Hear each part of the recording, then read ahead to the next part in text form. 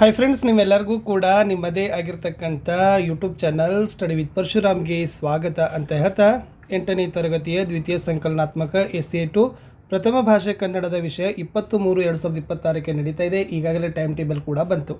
So ಕನ್ನಡದಲ್ಲಿ DSCRT model question ಪೇಪರನ್ನು ನಾನು already upload ಮಾಡಿದ್ದೀನಿ, ಎಲ್ಲ ವಿಷಯಗಳಲ್ಲಿ ಮಾಡಿದ್ದೀನಿ. ಇವಾಗ ಅಭ್ಯಾಸ ಪತ್ರಿಕೆಗಳನ್ನು ಪ್ರಾಕ್ಟೀಸ್ ಪೇಪರ್ಗಳನ್ನು ಕೊಡ್ತಾ ಇದ್ದೀವಿ. ಸೊ ಇದು ಕೂಡ ನಾವು ಹೇಗೆ ಮಾಡಿದ್ದೀವಿ ಅಂತಂದರೆ, ಈ DSCRT ಅವರು ಏನೊಂದು ಅಂಕ ಹಂಚಿಕೆ ಇದೆಲ್ಲ ಅದರದ ಆಧಾರದ ಮೇಲೆ ಮಾಡ್ತಾ ಇದ್ದೀವಿ.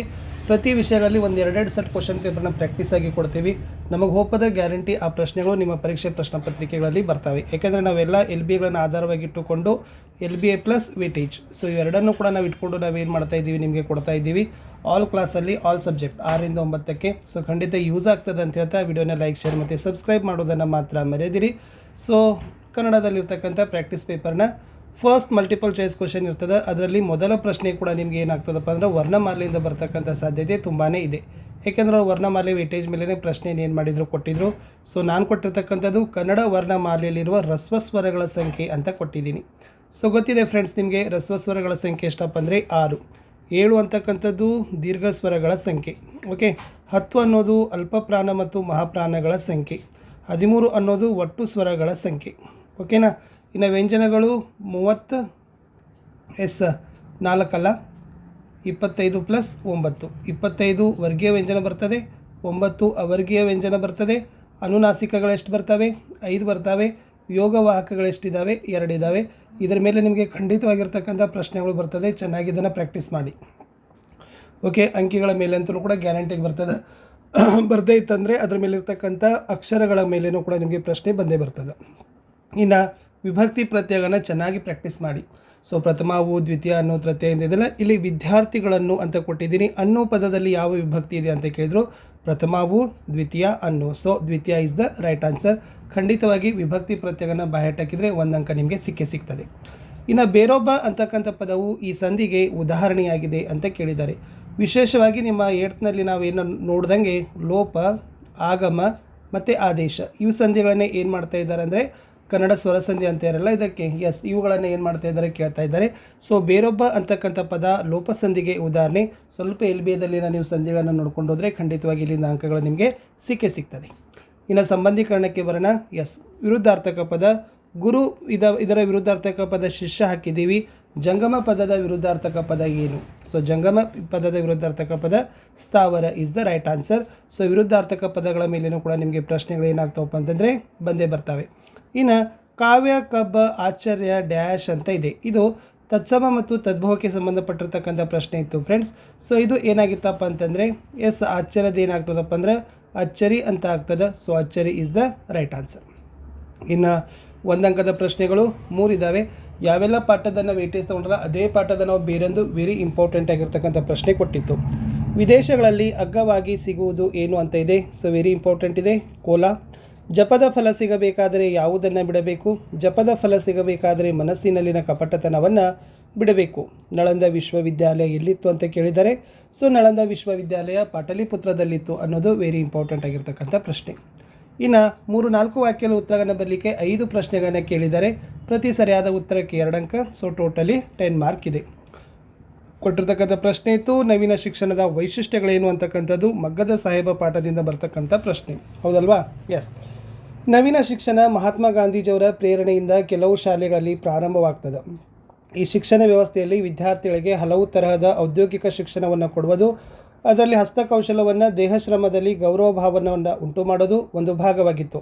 ಕೆಲವರಿಗೆ ಬಡಗಿಯ ಕೆಲಸ, ಕೆಲವರಿಗೆ ಬೆತ್ತದ ಕುರ್ಚಿ ಕೆಲಸ, ಕೆಲವರಿಗೆ ಸಾಮಗ್ರಿಗಳನ್ನು ಮಾಡುವ, ಕೆಲವರಿಗೆ ಕೃಷಿ, ಕೆಲವರಿಗೆ ಮಗ್ಗದ ಕೆಲಸವನ್ನು ಕಲಿಸಲಾಗುತ್ತಿತ್ತು ಅನ್ನೋದನ್ನು ಬರೆದ್ರೆ ಸೊ ಇದ್ರ ಉತ್ತರ ಕಂಪ್ಲೀಟ್ ಆಗ್ತದೆ. ಈ ಪಾಠದ ಸ್ವಲ್ಪ ಇಂಪಾರ್ಟೆಂಟ್ ಕ್ವಶನ್ ನೋಡ್ಕೊಂಡು ಹೋಗಿ. ಮುಂದೆ ಬರೋಣ. ಪ್ರಶ್ನೆ ಇತ್ತು ಚಾವುಂಡರಾಯ ಯಾರು, ಆತನ ವಿಶೇಷತೆ ಏನು ಅಂತಕ್ಕಂಥದ್ದು ವೆರಿ ಮೋಸ್ಟ್ ಇಂಪಾರ್ಟೆಂಟ್ ಆಗಿರ್ತಕ್ಕಂಥ ಪ್ರಶ್ನೆ. ಉತ್ತರ ಫ್ರೆಂಡ್ಸ್, ಚಾವುಂಡರಾಯ ತಲಕಾಡಿನ ಗಂಗ ವಂಶದ ದೊರೆಗಳಾದ ಮಾರಸಿಂಹ, ರಾಚಮಲ್ಲ, ರಕ್ಕಸಗಂಗರ ಮಂತ್ರಿಯಾಗಿದ್ದು ಅವರೊಂದಿಗೆ ಕೊನೆಯವರೆಗೂ ಇದ್ದ ಹಿರಿಯ ಜೀವ. ಜನರು ಇವನನ್ನು ರಾಯ ಅನ್ನ ಅಂತಲೇ ಕರೀತಿದ್ರು. ಸ್ವತಃ ಕವಿಯಾಗಿದ್ದ ಚಾವುಂಡರಾಯ ಕನ್ನಡಕ್ಕೆ ಚಾವುಂಡರಾಯ ಪುರಾಣ ಎಂಬ ಹೆಸರಿನ 63 ಪುಣ್ಯಪುರುಷರ ಚರಿತ್ರೆಯನ್ನು ಕಾಣಿಕೆಯಾಗಿ ನೀಡಿದ್ದಾರೆ ಅಂತ ಬರೆದ್ರೆ ಆನ್ಸರ್ ಕಂಪ್ಲೀಟ್ ಆಗ್ತದೆ. ಮುಂದಿನ ಪ್ರಶ್ನೆ, ಕವಿ ಗೋವಿಂದ ಪೈ ಅವರ ಪ್ರಕಾರ ಕನ್ನಡ ನಾಡಿನ ಪ್ರಕೃತಿ ವೈಶಿಷ್ಟ್ಯ ಅಂತ ಕೇಳಿತು. ಅವರು ಕವಿಗಳ ಹಿರಿಮೆ ಕೇಳಿದರು. ಸೊ ನಾನು ಏನು ಮಾಡಿದ್ದೀನಿ, ಕನ್ನಡ ನಾಡಿನ ಪ್ರಕೃತಿ ವೈಶಿಷ್ಟ್ಯ ಅಂತ ಕೊಟ್ಟಿದ್ದೀನಿ. ಎಸ್, ಕನ್ನಡ ನಾಡಿನ ಪ್ರಕೃತಿ ಸಂಪದ್ಭರಿತವಾಗಿದ್ದು ಹಣ್ಣು ಕಾಯಿಗಳನ್ನು ನೀಡುವ ವಿವಿಧ ರೀತಿಯ ಮರಗಳು, ಪತ್ರಪುಷ್ಪಗಳನ್ನು ನೀಡುವ ಬಗೆ ಬಗೆಯ ಬಣ್ಣಗಳಿಂದ ಕೂಡಿದೆ. ಅಲ್ಲದೆ ಕೆನೆಭರಿತವಾದ ಹಾಲೊನೆಗಳಿಂದ ಕೂಡಿದ ಬೆಳೆಗಳ ಮೇಲಿಂದ ಬೀಸಿ ಬರುವ ತಂಗಾಳಿ, ಪ್ರಾಣಿ ಪಕ್ಷಿಗಳ ಸಮೂಹ, ನದಿಗಳು, ನಗರಗಳು, ಪರ್ವತಗಳು, ಹೀಗೆ ಇಲ್ಲಿ ಇಲ್ಲದಿರುವುದೇ ಇಲ್ಲ. ಸ್ವರ್ಗವೇ ಭೂಮಿಗಿಳಿದಂತೆ ಮನೋಹರವಾಗಿದೆ ಅಂತ ಬರೆದ್ರೆ ಆನ್ಸರ್ ಕಂಪ್ಲೀಟ್ ಆಗ್ತದೆ. ಮುಂದಿನ ಪ್ರಶ್ನೆ, ಹೊಸ ನಾಡೊಂದನ್ನು ಕವಿ ಯಾವಾಗ ಕಟ್ಟ ಬಯಸುತ್ತಾನೆ ಅಂತ ಇದೆ. ಇದು ವೆರಿ ಮೋಸ್ಟ್ ಇಂಪಾರ್ಟೆಂಟ್. ಇದು ಪೂರಕ ಪಾಠದಿತ್ತು. ಆಲ್ರೆಡಿ ಉದ್ವೇಗದಲ್ಲಿ ಮೂಡಿದ ಮಾತುಗಳಂತಿತ್ತು. ಇದೊಂದು ಎರಡು ಪ್ರಶ್ನೆಗಳನ್ನು ನಾವು ಇದೇನು ಮಾಡ್ತೀವಿ, ಈ ಪಾಠದಲ್ಲಿ ನೋಡ್ತೀವಿ. ಇದನ್ನು ಚೆನ್ನಾಗಿ ನೀವೇನು ಮಾಡಿ ಅಂದರೆ ಪ್ರಾಕ್ಟೀಸ್ ಮಾಡಿ. ಎಸ್, ಉತ್ತರ, ಹೊಸ ನೆತ್ತುರಿಕಿ ಆರಿ ಹೋಗುವ ಮುನ್ನ, ಹರೆವೆಂಬ ಮಾಂತ್ರಿಕನ ಮಾಟ ಮುಸುಳುವ ಮುನ್ನ, ಉತ್ಸಾಹ ಸಾಹಸದ ಉತ್ತುಂಗದ ವೀಚಿಗಳ ಶಬ್ದ ಸಾಗರವು ಬತ್ತಿ ಹೋಗುವ ಮುನ್ನ ಹೊಸ ನಾಡನ್ನು ಕಟ್ಟಬೇಕೆಂದು ಕವಿ ಬಯಸುತ್ತಾರೆ ಅನ್ನೋದು ಇಂಪಾರ್ಟೆಂಟ್ ಆಗಿರ್ತಕ್ಕಂಥದ್ದು ಇತ್ತು. ಮುಂದಿನ ಪ್ರಶ್ನೆ, ಸಾರ್ಥಕ ಪದ್ಯದ ಯಾವ ಅಂಶಗಳನ್ನು ನೀವು ಮೆಚ್ಚಿದಿರಿ, ಏಕೆ? ಹುಟ್ಟು ಸಾವಿನ ನಡುವಿನ ಜೀವನದಲ್ಲಿ ನಾವು ಸ್ವಾರ್ಥಪರರಾಗಿರದೆ ಸಹಾಯ ಮಾಡುವ ಗುಣಗಳನ್ನು ಬೆಳೆಸಿಕೊಳ್ಳಬೇಕು. ಎಲ್ಲರ ಹಿತವನ್ನು ಬಯಸುವ ಗುಣಗಳನ್ನು ಬೆಳೆಸಿಕೊಳ್ಳಬೇಕು. ಪರರ ಹಿತಕ್ಕಾಗಿ ಶರೀರವನ್ನು ಮುಡುಪಾಗಿಸುವ ಈ ಅಂಶಗಳನ್ನು ನಾನು ಮೆಚ್ಚುತ್ತೇನೆ ಅಂತ ಬರೆದ್ರೆ ಸಾಕು. ಇನ್ನು ಸಂದರ್ಭದಲ್ಲಿ ಸ್ವಲ್ಪ ನಾವು ಚೇಂಜ್ ಮಾಡಿದ್ದೀವಿ. ಸೊ ನಿಮಗೆ ಯಶೋಧರೆ ಅಂತಕ್ಕಂಥ ಗದ್ಯ ಭಾಗದ ಕೊಟ್ಟಿದ್ದೀವಿ. ಸೊ ಯಾಕಂದರೆ ನಿಮ್ಗೆ ಏನು ಮಾಡಿದ್ರು ಅಂದರೆ ಮಾಸ್ತಿ ವೆಂಕಟೇಶ್ ಅಯ್ಯಂಗಾರ್ ಅವ್ರ ಬಗ್ಗೆ ಕೇಳಿದರು. ಓಕೆ, ಸೊ ಅಲ್ಲಿಂದ ನಾವೇನು ಮಾಡಿದ್ದೀವಿ, ಸಂದರ್ಭ ಕೇಳಿದ್ದೀವಿ ಮತ್ತು ಅವರು ಕೇಳ್ತಕ್ಕಂಥ ಕವಿ ಕಾವ್ಯ ಪರಿಚಯದಿಂದ ಕ್ರಾಸ್ ಮಾಡಿದ್ದೀವಿ. ಓಕೆನಾ, ನಿಮಗೆ ಗೊತ್ತಾಗ್ತದೆ. ಸೊ ನೀವುಗಳು ಕ್ವಶನ್ ಪೇಪರ್ ಬ್ಲೂ ಪ್ರಿಂಟನ್ನು ನೋಡಿದರೆ ಅವರು ಬಿಟ್ಟಂತೆ ನೀನನ್ನು ಕೈ ಬಿಡಬೇಡ ಅಂತ ಇದೆ. ಸೊ ಇಲ್ಲಿ ಆಯ್ಕೆ, ಸಂದರ್ಭ ಮತ್ತು ಸ್ವಾರಸ್ಯನ 3 ಸ್ಟೆಪ್ಸ್ಗಳಲ್ಲಿ ನೀವು ಬರೀಬೇಕು. ಇದು ನಮಗೆ ಇಂಪಾರ್ಟೆಂಟ್ ಅನಿಸಿತು. ಸೊ ಪ್ರಶ್ನೆಯ ಆಯ್ಕೆ ಇದೆ ನೋಡಿ. ಮೇಲಿನ ವಾಕ್ಯವನ್ನು ಮಾಸ್ತಿ ವೆಂಕಟೇಶ್ ಅಯ್ಯಂಗಾರ್ ಅವರು ಬರೆದಿರುವ ಯಶೋಧರೆ ಅಂತಕ್ಕಂಥ ಗದ್ಯಭಾಗದಿಂದ ಆರಿಸಲಾಗಿದೆ. ಸಂದರ್ಭ, ತನ್ನ ತಂದೆಯನ್ನು ಕರೆತರಲು ರಾಹುಲನು ಅಂಬಿಕೆಯ ಜೊತೆ ಹೊರಡುವಾಗ ಹೋದವನು ಮತ್ತೆ ಮರಳಿ ಬರುವನೋ ಇಲ್ಲವೋ ಎಂದು ಯಶೋಧರೆಗೆ ಭಯವುಂಟಾಗಿ ಈ ಮಾತನ್ನು ತನ್ನ ಮಗನಿಗೆ ಹೇಳೋ ಸಂದರ್ಭವಾಗಿದೆ ಅಂತ ಇತ್ತು. ಸ್ವಾರಸ್ಯ, ತನ್ನ ಮಗನ ಮೇಲಿನ ಪ್ರೀತಿ, ಮಮತೆ ಮತ್ತು ಮುಂದಿನ ದಿನಗಳಲ್ಲಿ ನಾನು ಒಬ್ಬಳೇ ಒಂಟಿಯಾಗಿ ಬಿಡುತ್ತೇನೋ ಎನ್ನುವ ಆತಂಕ ಈ ವಾಕ್ಯದಲ್ಲಿ ಬಹು ಸ್ವಾರಸ್ಯವಾಗಿ ಮೂಡಿಬಂದಿದೆ ಅಂತ ಬರೆದ್ರೆ ಸಾಕು. ಇನ್ನು ನೆಕ್ಸ್ಟ್ ಕೇಳ್ತಿದ್ದೀವಿ, 2 ಇದ್ದಾವೆ, ವೆರಿ ಮೋಸ್ಟ್ ಇಂಪಾರ್ಟೆಂಟ್. ಒಂದಾದರೂ ಬರ್ಬೋದು. UR ಅನಂತಮೂರ್ತಿ ಮತ್ತು ಡಾಕ್ಟರ್ NS ಲಕ್ಷ್ಮೀನಾರಾಯಣ ಭಟ್ ಅವರ ಸಾಹಿತಿಗಳ ಪರಿಚಯದಲ್ಲಿ ಕೇಳಿದ್ದೀವಿ. 3 ಅಂಕದ ಪ್ರಶ್ನೆ. UR ಅನಂತಮೂರ್ತಿ ನೋಡಿ. UR ಅನಂತಮೂರ್ತಿ ಅವರು 1932 ಶಿವಮೊಗ್ಗ ಜಿಲ್ಲೆಯ ತೀರ್ಥಹಳ್ಳಿ ತಾಲೂಕಿನ ಮೇಳಿಗೆ ಗ್ರಾಮದಲ್ಲಿ ಜನಿಸಿದರು. ಶ್ರೀಯುತರು ಸಂಸ್ಕಾರ, ಭವ, ಭಾರತೀಪುರ, ಪ್ರಶ್ನೆ, ಎಂದೆಂದೂ ಮುಗಿಯದ ಕತೆ ಮೊದಲಾದ ಕೃತಿಗಳನ್ನು ರಚಿಸಿದ್ದಾರೆ. ಇವರಿಗೆ ಭಾರತೀಯ ಜ್ಞಾನಪೀಠ ಪ್ರಶಸ್ತಿ, ಪದ್ಮಭೂಷಣ ಪ್ರಶಸ್ತಿ ಲಭಿಸಿದೆ ಅಂತ ಇತ್ತು. ಸೊ ಇನ್ನೊಂದು ಲಕ್ಷ್ಮೀನಾರಾಯಣ ಭಟ್ ಅವರ ಬಗ್ಗೆ ಇದೆ. ಡಾಕ್ಟರ್ NS ಲಕ್ಷ್ಮೀನಾರಾಯಣ ಭಟ್ ಅವರು 29/10/1936 ಶಿವಮೊಗ್ಗದಲ್ಲಿ ಜನಿಸಿದರು. ಇವರು ದೀಪಿಕಾ, ಭಾವಸಂಗಮ, ಬಂದೇ ಬರುತ್ತಾವ ಕಾಲ, ಬಾರೋ ವಸಂತ, ಅಭಿನಂದನ, ಭಾವೋತ್ಸವ, ಪ್ರೇಮಧಾರ, ನಂದನ, ಕಿನ್ನರಿ, ನವಿಲುಗರಿ, ಕಿಶೋರಿ, ಸಾಹಿತ್ಯ ರತ್ನ ಸಂಪುಟ ಮೊದಲಾದ ಕೃತಿಗಳನ್ನು ರಚಿಸಿದ್ದಾರೆ. ಇವರಿಗೆ ರಾಜ್ಯ ಸಾಹಿತ್ಯ ಅಕಾಡೆಮಿ ಪ್ರಶಸ್ತಿ, ಶಿವರಾಮ ಕಾರಂತ ಪ್ರಶಸ್ತಿ, ರಾಜ್ಯೋತ್ಸವ ಪ್ರಶಸ್ತಿ, ಮಾಸ್ತಿ ಪ್ರಶಸ್ತಿ, ಆಳ್ವಾಸ್ ನುಡಿಸಿರಿ ಪ್ರಶಸ್ತಿ, ಆರ್ಯಭಟ್ಟ ಪ್ರಶಸ್ತಿ ಸಂದಿವೆ ಅಂತ ಬರೆದ್ರೆ ಸಾಕು. ಇನ್ನು ಅಲಂಕಾರ ಇದೆ, ವೆರಿ ಮೋಸ್ಟ್ ಇಂಪಾರ್ಟೆಂಟ್. ಇದು ಕೂಡ ಬರ್ತಕ್ಕಂಥ ಸಾಧ್ಯತೆ ತುಂಬಾ ಇದೆ. ನಿಮ್ಮ ಪುಸ್ತಕದಲ್ಲಿ ಉದಾಹರಣೆ ಇತ್ತು.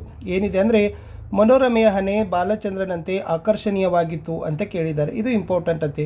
ಸೊ ಇದು ಯಾವ ಅಲಂಕಾರಪ್ಪ ಅಂದರೆ ಫಸ್ಟ್ ಬರ್ತಕ್ಕಂಥದ್ದು ಉಪಮಾಲಂಕಾರ. ಇಲ್ಲಿ ಉಪಮೆ ಏನದ, ಮನೋರಮೆಯ ಹಣೆ, ಉಪಮಾನ ಬಾಲಚಂದ್ರ, ಉಪಮಾವಾಚಕ ಶಬ್ದ ಅಂತೆ, ಸಮಾನ ಧರ್ಮ ಆಕರ್ಷಣೀಯವಾಗಿತ್ತು. ಏನು ಲಕ್ಷಣ ಬರೀತೀರಿ, ಉಪಮೆಯ ಮನೋರಮೆಯ ಹಣೆಯನ್ನು ಉಪಮಾನ ಬಾಲಚಂದ್ರಕ್ಕೆ ಹೋಲಿಕೆ ಮಾಡಿರೋದ್ರಿಂದ ಇದು ಉಪಮಾಲಂಕಾರವಾಗಿದೆ ಅಂತ ಬರೆದ್ರೆ ಸೊ ಗ್ಯಾರಂಟಿ ಆಗ್ತದೆ. ಇದು ಇಂಪಾರ್ಟೆಂಟ್ ಅದ, ನೋಡ್ಕೊಂಡು ಹೋಗಿ.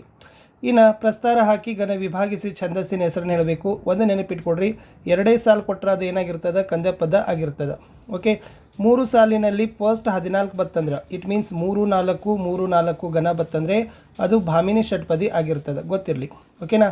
ಆಮೇಲೆ 3 ಸಾಲಿನ ಪದ್ಯ ಕೊಟ್ಟು 20 ಅಕ್ಷರಗಳಿತ್ತಂದ್ರೆ ಅದೇನಾಗ್ತದಪ್ಪ ಅಂದ್ರೆ ವಾರ್ಧಕ ಷಟ್ಪದಿ ಆಗ್ತದೆ. ಓಕೆ, ವಾರ್ಧಕ ಅಲ್ಲಿ ಏನಾಗಿರ್ತದೆ, 5 ಘನದ 4 ಇರ್ತವೆ, 5 5 5 5. ಓಕೆ, ಇದು ಫಸ್ಟ್ ಸಾಲು ಹೇಳ್ತಾ ಇರೋದು ನಾನು, ಮೊದಲ ಸಾಲಿನಲ್ಲಿ. ಓಕೆ, ಈ ಥರ ನೀವು ಏನು ಮಾಡಬೇಕಪ್ಪ ಅಂದರೆ ಟ್ರಿಕ್ಸ್ಗಳನ್ನು ಮಾಡಬೇಕು. ಸೊ ನಾನಿಲ್ಲಿ ನಿಮಗೆ ಉದಾಹರಣೆಯಾಗಿ ನಿಮ್ಮ ಪುಸ್ತಕದನ್ನೇ ಕೊಟ್ಟಿದ್ದೀನಿ. ಕಾವೇರಿಯಿಂದ ಮಾಗೋ ಗೋದಾವರಿ ಹೊರಮಿರ್ದವಡೆ ನಾದಕ ಕನ್ನಡದೋಡು ಅಂದರೆ 2 ಸಾಲು ಇರೋದ್ರಿಂದ ಏನು ಬರಿಬೇಕು ಇಲ್ಲಿ, ಇದು ಮಾತ್ರಾಗಣ ಆಧಾರಿತ ಕಂದ ಪದ್ಯವಾಗಿದೆ ಅಂತ ಬರಿಬೇಕು. ಸೊ ಯಾವ ಥರನಾಗಿ 4 4 4 ಅಂದರೆ 12 ಬರಬೇಕು. ಮೊದಲ ಸಾಲಿನಲ್ಲಿ ಕಂದ ಪದ್ಯ ಇದ್ದಾಗ ಎರಡನೇ ಸಾಲಿನಲ್ಲಿ 4 4 4 4 5 ಘನಗಳು ಏನಾಗಬೇಕು ಅಂದರೆ ಬರಬೇಕು. ಸೊ ಇಲ್ಲಿ ಕೂಡಿಸಿರಬೇಕು. ಸೊ 20 ಇದು ಮಾತ್ರಾಗನ ಆಧಾರಿತ ಕಂದ ಪದ್ಯವಾಗಿದೆ ಅನ್ನೋದನ್ನಿತ್ತು. ನೀವು ಗುರು ಲಘು ಹಾಕಿದರೆ 1 ಅಂಕ ಕೊಡ್ತಾರೆ, ಘನ ವಿಭಾಗ ಮಾಡಿದರೆ 1 ಅಂಕ ಕೊಡ್ತಾರೆ, ಲಾಸ್ಟ್ ಅದು ಛಂದಸ್ಸಿನ ಹೆಸರು ಹೇಳಿದರೆ 1 ಅಂಕ ಕೊಡ್ತಾರೆ. ಇಷ್ಟು ನಾನು ಒಂದು ಪಾರ್ಟಲ್ಲಿ ಇವಾಗಿಷ್ಟು ರೆಡಿ ಮಾಡಿದ್ದೀನಿ. ಮುಂದಿನ ಪ್ರಶ್ನೆಗಳನ್ನು ನೆಕ್ಸ್ಟ್ ಭಾಗದಲ್ಲಿ ತರ್ತೀನಿ. ಲೈಕ್, ಶೇರ್ ಮತ್ತು ಸಬ್ಸ್ಕ್ರೈಬ್ ಮಾಡೋದನ್ನು ಮಾತ್ರ ಮರೆಯದಿರಿ. ಬಾಯ್.